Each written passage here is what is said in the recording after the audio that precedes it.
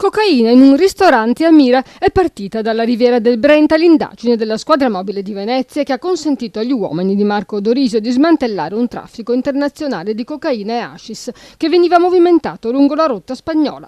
Tra gli arrestati Ferruccio Pozza, Lamente, Vicentino, importava dalla Spagna in un traghetto che da Barcellona raggiungeva Genova almeno una volta al mese chili di sostanza stupefacente.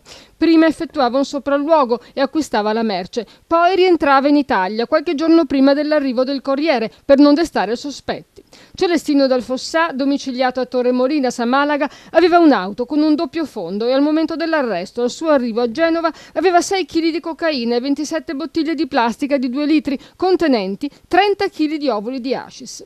Il terzo arresto è scattato per Luciano Zigliotto a Mira. Nella sua abitazione sopra il ristorante sono stati trovati 40 grammi di cocaina ancora in sasso. Sono avvenute anche altre 5 perquisizioni che hanno riguardato altri 2 ristoranti, uno a Fiesso d'Artico, sospettati di essere al centro di un giro di spaccio, ma non è stato trovato nulla.